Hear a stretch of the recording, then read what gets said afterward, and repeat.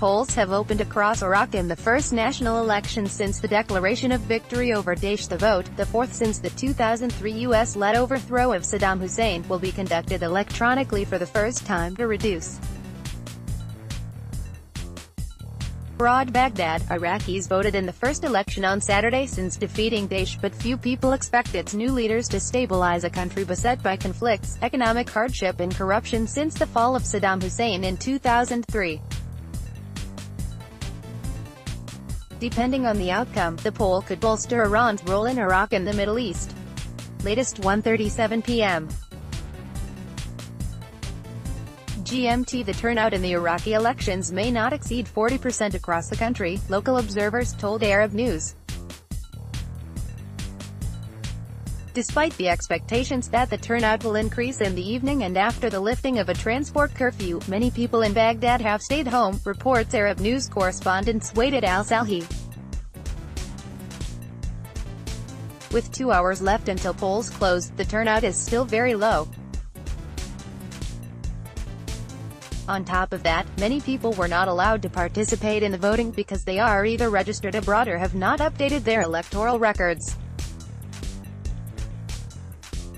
1:26 p.m. GMT. Saddam Al-Ahsa from Baghdad. The number of teenagers who have begun dismantling the banners of the candidates, in order to reuse the materials, seem to outnumber others on the streets of Baghdad. 11:43 a.m. GMT. Mosques in the Sunni-dominated districts of the Iraqi capital have called through their loudspeakers for people to go out and vote. Akram Hussein, a Shiite physician working in Baghdad, told Arab News that the poor turnout of Shiite voters so far was evidence that Shiite politicians have failed to secure the interests of their voters.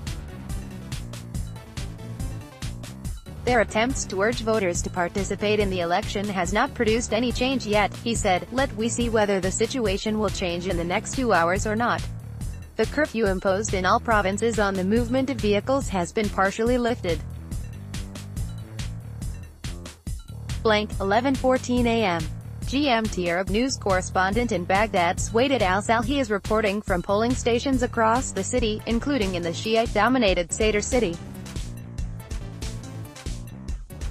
Turnout in the Shiite-dominated areas is very low so far in Baghdad, so Shiite parties and candidates have been trying to encourage their people to vote, she said.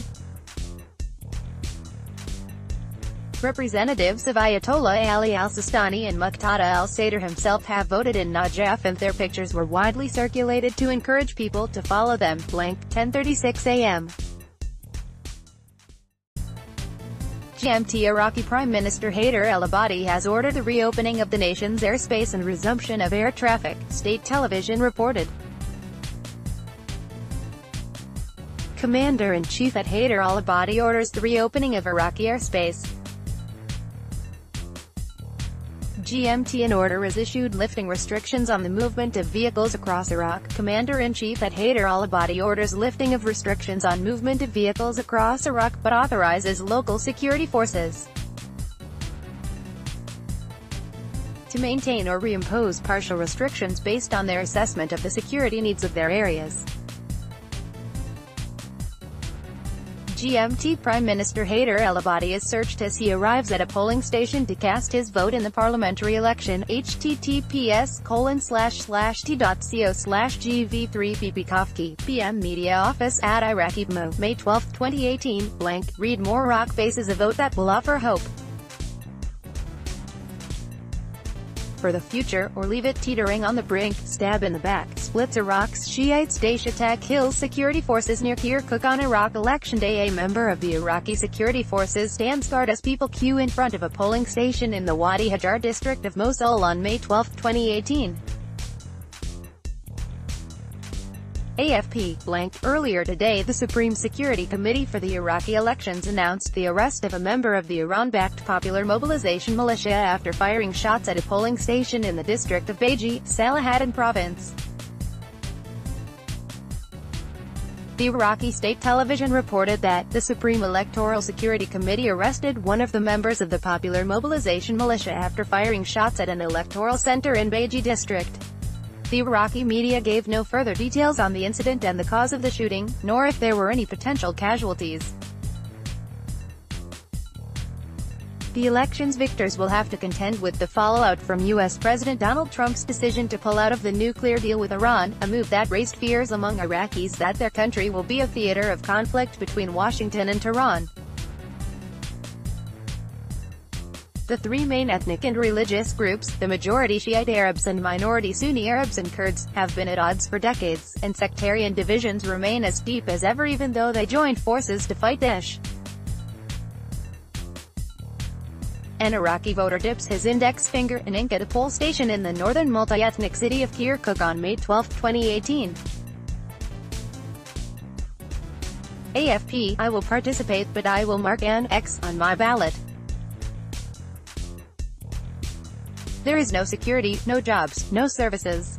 Candidates are just looking to line up their pockets, not to help people, said Jamal Moassau, a 61-year-old butcher. The three main candidates for Prime Minister, all Shiites, are incumbent Haider al-Abadi, his predecessor Nouri al-Maliki and Shiite militia commander Hadi al-Amiri. All need the support of Iran, which has economic and military sway in Iraq as the primary Shiite power in the region. Abadi is considered by analysts to be marginally ahead, but victory is far from certain for the man who raised hopes that he could forge unity when he came to office. In office he reached out to minority Sunnis but alienated Kurds after crushing their bid for independence. He improved his standing with the victory against Daesh, which had occupied a third of Iraq. But Abadi lacks charisma and has failed to improve the economy and tackle corruption.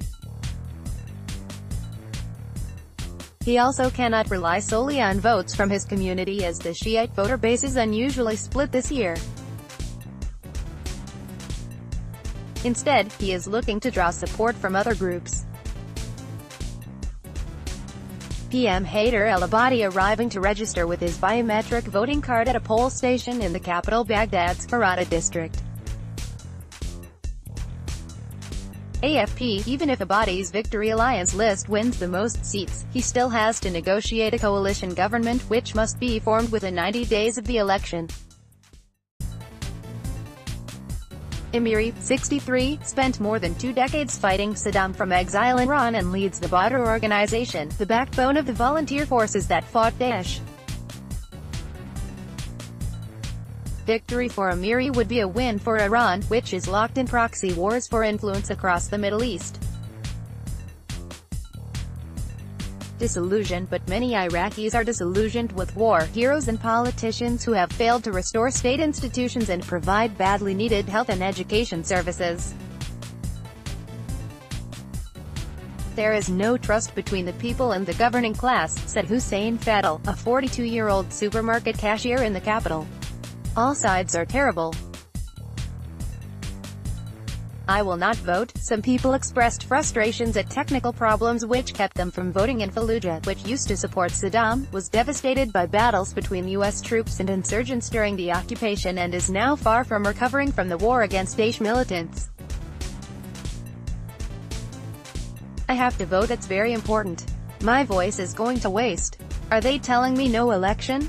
Shall I just go home? Asked laborer Khalid Abid, 65. Critics say Maliki's sectarian policies created an atmosphere that enabled Daesh to gain sympathy among some Sunnis as it swept across Iraq in 2014. An Iraqi voter has her biometric voting card checked with her fingerprint upon arriving at a poll station in the northern multi-ethnic city of Kirkuk. AFP: Maliki was sidelined soon afterward, having been in office for 8 years, but he is now trying to make a comeback. He is again posing as Iraq's Shiite champion, and has proposed doing away with the unofficial power-sharing model under which all main parties have cabinet representatives. Maliki, who pushed for U.S. troop withdrawals, and Amiri, who speaks fluent Farsi and spent years in exile in Iran during Saddam's time, are both seen as closer to Tehran than Abadi. The post of Prime Minister has been reserved for a Shiite, the Speaker of Parliament is a Sunni, and the ceremonial presidency has gone to a Kurd, all three chosen by Parliament.